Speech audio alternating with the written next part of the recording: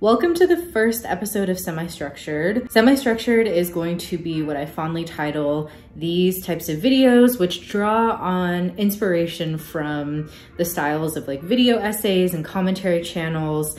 And it's going to be a discussion of specific topics that I find important or that I find interesting and thought-provoking. I'm really excited about this series because one of my favorite things to do is to engage in dialogue with people. Please leave comments, respond, let me know what you're thinking too, because I really would love, I wanna know. That's the whole point of this.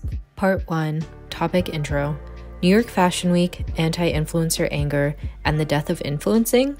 I'm subscribed to this newsletter called Embedded, and it's written by Katie Lindsay and Nick Catucci. And one of their most recent ones really caught my eye. It was called The Beginning of the End of Influencers. Followers are telling creators not to quit their day jobs. And this really actually reminded me of a video that I think Tiffany Ferg had done. It was called Should Influencers Quit Their Day Job?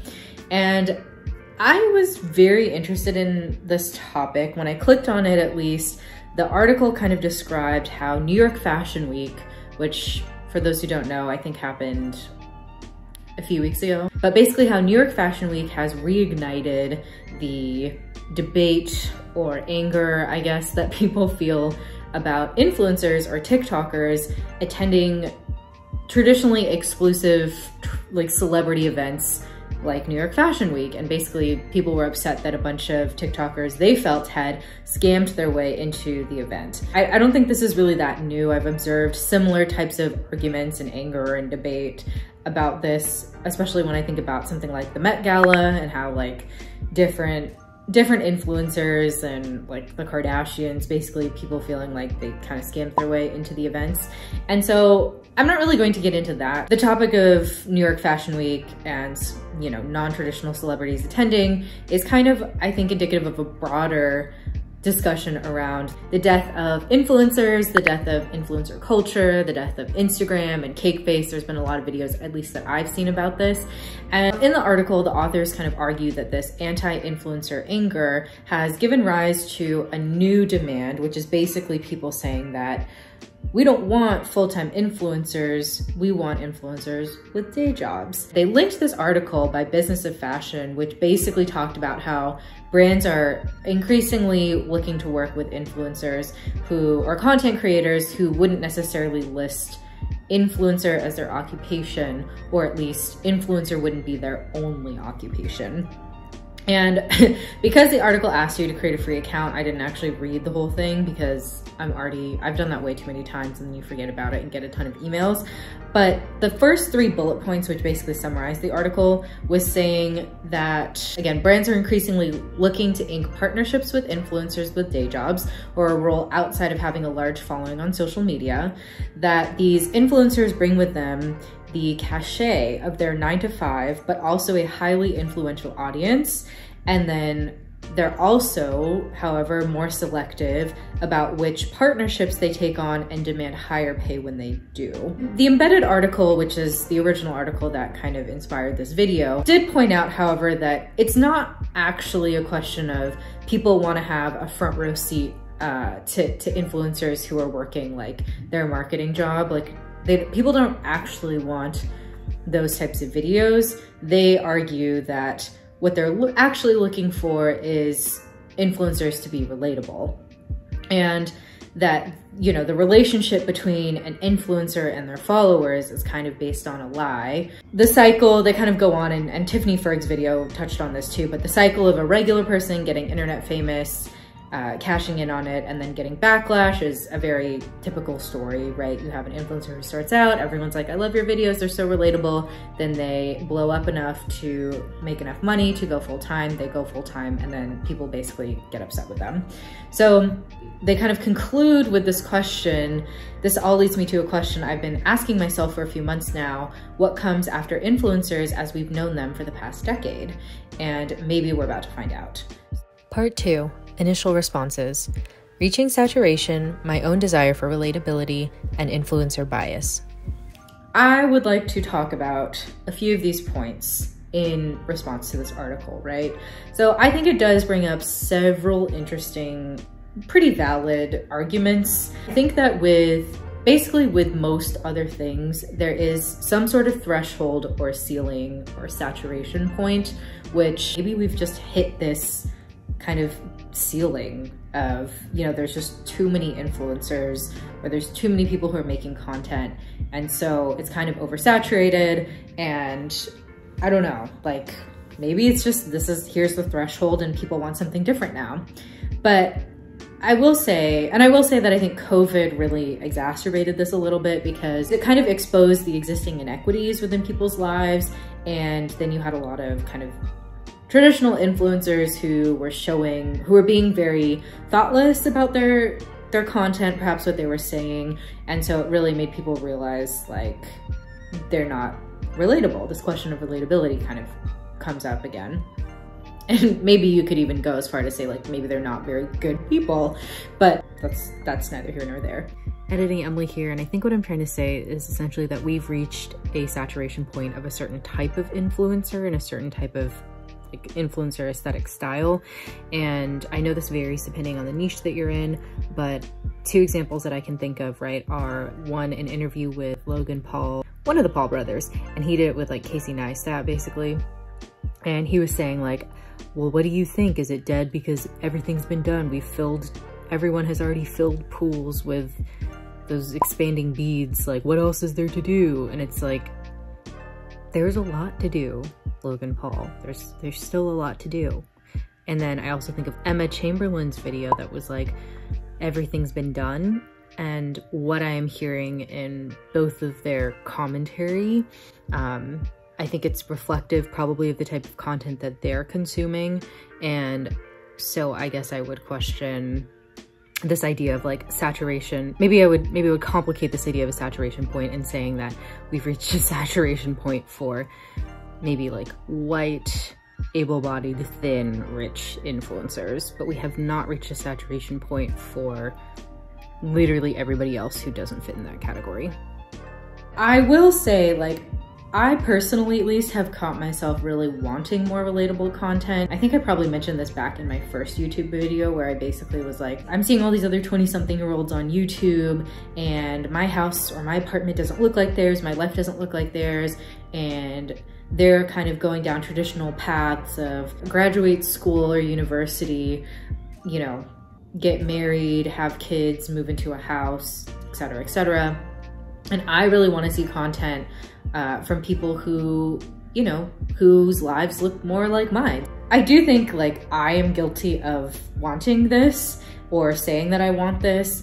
And I think that's also why I really, for a time, really enjoyed like study Instagram, or like people who are like in med school making videos about med school or like law school, etc., etc. Because I just thought it was very, I guess at the time it was very refreshing to see people who were, you know, maybe like full-time doctors or full-time lawyers, and they were also making content. Like I thought that was really cool, and it was different. Enter my own biases and hypocrisies, I suppose, because I actually think that I still probably possess a bit of bias against people who self-identify as influencers and basically who make content full-time, because I guess I see it as like, oh, you're just an influencer. And I think that that tells me a lot about perhaps what I have been told about influencers, what I think about influencers, but also I have to remind myself what has shaped my understanding of influencers and who I consider influencers and who I don't. Because actually, when I think about influencers, I think this was in like Jordan Teresa's YouTube video called like The Death of the Influencer or something like that. Basically saying like there's a bit of misogyny lined within this concept of how we view influencers. And in that, a lot of times people tend to think of influencers as basically like thin, white, female presenting, rich women who don't do anything except take photos and look hot. And so I think it gets to a bigger question for myself of why that is the image that I think of when I think of an influencer, and also that narrative, at least, and what I'm picturing, perhaps isn't an accurate representation of the entirety of people who would maybe identify as an influencer. In thinking about this a little bit more, it reminded me of my own kind of biases about that. And then I also think that it made me realize that on one hand, I'm saying, oh, I really want to watch relatable people who are doing both, who are like have a career and who are, you know, influencing or like creating content or whatever. But then I think about the videos I tend to watch the most on YouTube, and actually I think most of them are full-time content creators. So basically I see myself saying one thing and doing something else, essentially. And so that kind of leads me to the question of like, but do we actually want influencers who are doing both? Like, is that actually what we're saying that we want? And I think that's the same conclusion that this article says, is like, I don't think that's what people are wanting at all. They just want a little bit more relatability. That moves into this point of who is actually at fault for influencers losing their relatability. Is it really like the influencer's fault that they're losing relatability? Like, do they owe it to their audience to stay relatable? Because I really just feel like as I have gotten older, as much as I might admire someone who's like famous or a content creator or something like that, I don't expect an influencer who has become popular on showcasing their life, which again usually is a very like specific aesthetic, but I don't expect that influencer to be relatable. That is another thing. Like, everyone's definition of what it means to be relatable is very different, and so I never put those expectations on someone I watch for that reason, because what I think is relatable might not be what they think is relatable.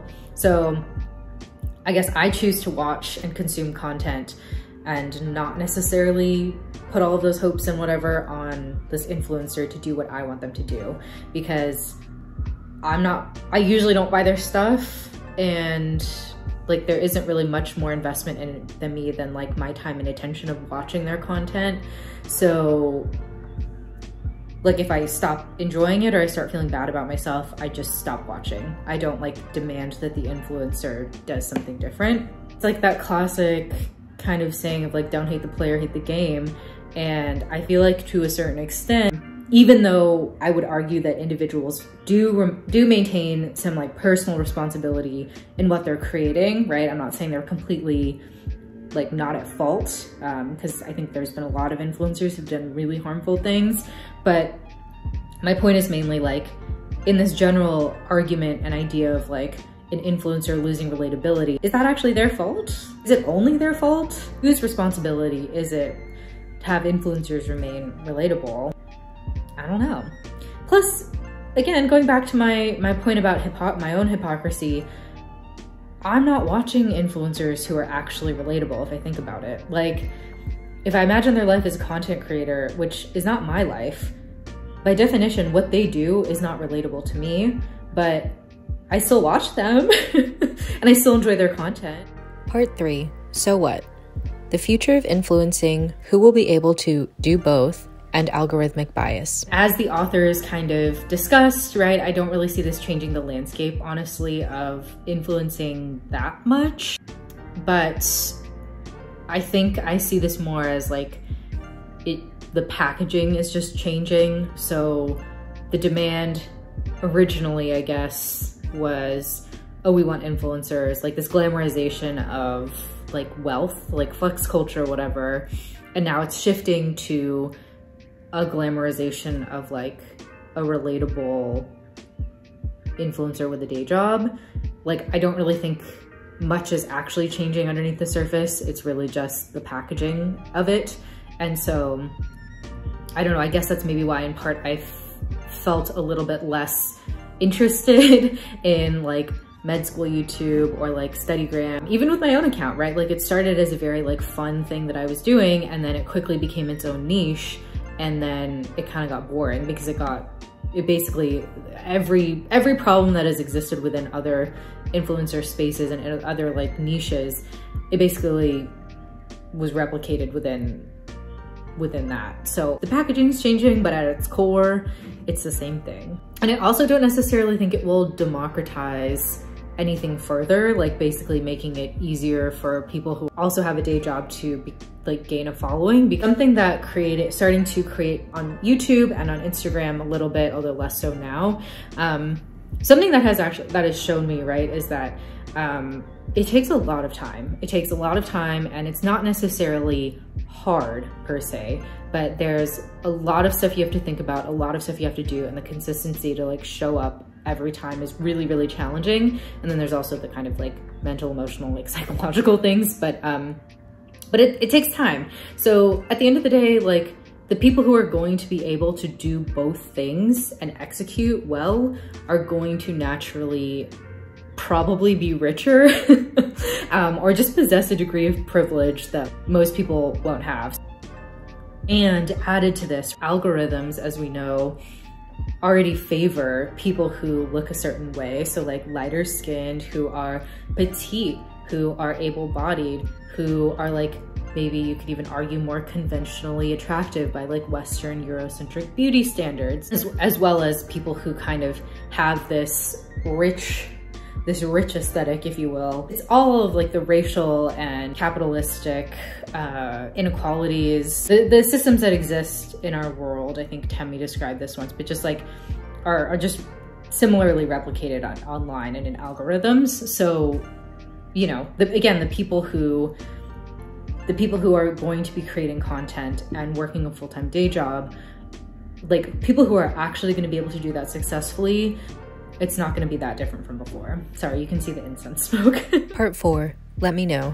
What do you think? What type of content do you consume?